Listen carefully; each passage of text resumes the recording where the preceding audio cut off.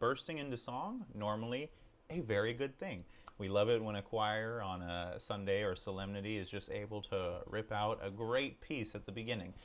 But there are times you should not do that. You just should not do that. The biggest example that comes to my mind is the Good Friday celebration. Your first piece of music should not be on Good Friday.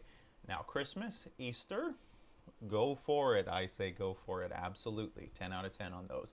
So just bear in mind that even though like as an ensemble we want to come in swinging, especially at the beginnings of services, it's not always called for.